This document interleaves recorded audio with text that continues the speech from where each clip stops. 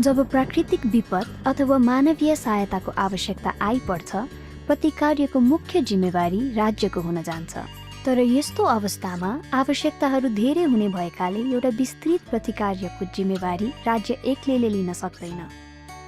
यस अवस्थामा मानवीय सहायताकर्ताहरू स्थानीय अधिकारीहरू तथा अन्य सरोकारवालाहरूसँग मिलेर प्रभावित जनसङ्ख्याको आवश्यकता पूर्ति गर्नका लागि आफ्ना सेवाहरू प्रदान गर्नका लागि अघि सर्छन्। यसरी प्रतिकार्य गर्दा रेड क्रस लगायतका मानवीय सहायताकर्ताहरू मानवीय सहायताका सिद्धान्तलाई अंगीकार गर्ने गर्दछन्। यस्ता मानवीय सहायताका सिद्धान्तले मानवीय सहायताकर्ताहरूलाई मानवीय सहायता प्रदान गर्नका लागि नैतिक, कार्यगत तथा संस्थागत आधार अथवा ढाँचा प्रदान गर्दछन्। यी सिद्धान्तहरूले आपतकालीन अवस्थामा गरिने कार्यलाई निर्देशित गर्न तथा उद्धारकर्ताहरू तथा प्रभावित जनसङ्ख्या बीचको विश्वासलाई बढाउन मद्दत पुर्याउँदछ। मानवीय सहायताकर्ताहरूले यी सिद्धान्तहरू पालना गरिरहेको सुनिश्चित गर्नका लागि स्थानीय निकायले महत्त्वपूर्ण भूमिका खेल्न सक्दछन्, ताकि प्रकोप प्रभावित व्यक्तिहरूले उनीहरूलाई चाहिएको सहयोग पाउन सकुन्। यी मानवीय सहायताका सिद्धान्तहरू अन्तर्राष्ट्रिय रेड क्रस तथा रेड क्रिसेन्ट मुभमेन्टका मुख्य सिद्धान्तबाट लिइएका हुन्।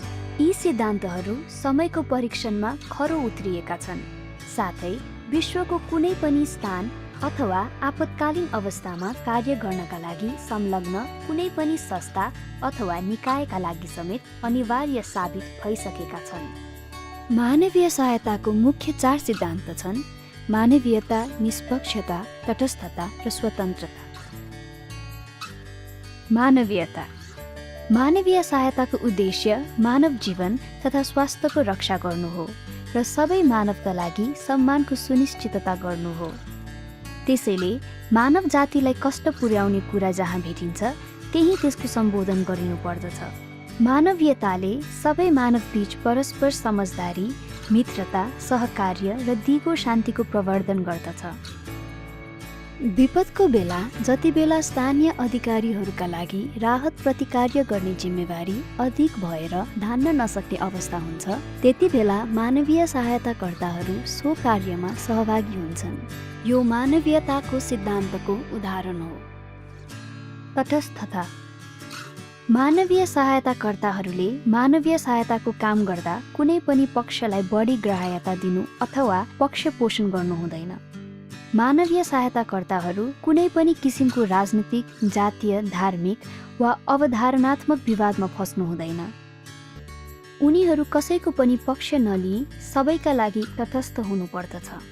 मानवीय सहायताकर्ताले प्रतिकार्यका लागि लक्षित ग्रामीण समुदायमा राजनैतिक दलहरूबीच सम्झौताका लागि मध्यस्थता गरी त्यहाँ प्रदान गरिने मानवीय सहायता कार्यका लागि संयुक्त राजनीतिक समर्थन सुनिश्चित गर्न सक्छन्। यस कार्यले तटस्थताको सिद्धान्तलाई सहयोग पुर्याउँदछ। निष्पक्षता।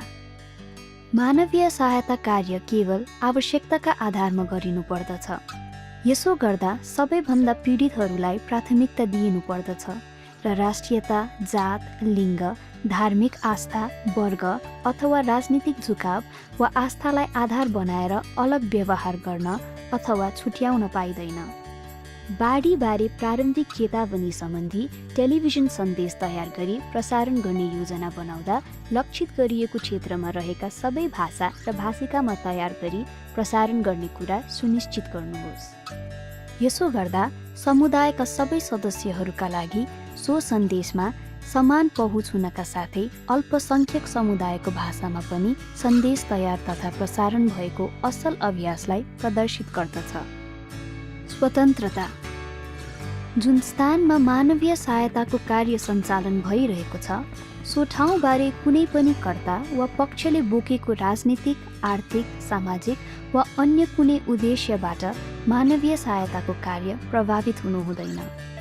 उदाहरणका लागि गरिएको आवश्यकताको आकलनले स्पष्ट रूपमा अरू कुनै स्थान वा क्षेत्रमा प्रतिकार्यको आवश्यकता तत्काल भएको देखाउँदै पनि यदि कुनै स्थानीय नेताले आफ्नो क्षेत्रमा पहिला राहत प्रतिकार्य प्रदान गरिनु पर्दछ भन्ने कुराको जिकिर गरेमा सहायताकर्ताहरूले उनको क्षेत्रभन्दा अर्को क्षेत्रमा तत्काल राहत प्रतिकार्य गर्न किन जरुरी छ भनी ती स्थानीय नेतालाई बुझाउन सक्दछन् र उनीहरूबीच यसबारे एउटा समझदारी बन्न सक्दछ। यसो गर्नु भनेको स्वतन्त्रताको सिद्धान्तलाई अंगीकार गर्नु हो। जब आपतकालीन प्रतिकार्यको कार्यक्रमले यी सिद्धान्तहरूलाई आत्मसात गर्दैनन्, त्यस्तो कार्यले विपदबाट कष्ट भोगिरहेका मानिसहरूलाई सहायता पुर्याउनु भन्दा बढी हानि पुर्याउन सक्दछ। कुनै पनि प्राकृतिक विपदको बेला जीवनको रक्षा गर्न, कष्टलाई कम गर्न तथा मानव सम्मानलाई कायम राख्न कुनै पनि मानवीय सहयोगकर्ताले यी 4 सिद्धान्तलाई आत्मसात गर्न एकदमै महत्त्वपूर्ण हुन्छ। त्यस्तै स्थानीय अधिकारीहरूले यी सिद्धान्तहरूको परिपालन भएको सुनिश्चित गर्नका लागि सहयोग पुर्याउनु पर्दछ।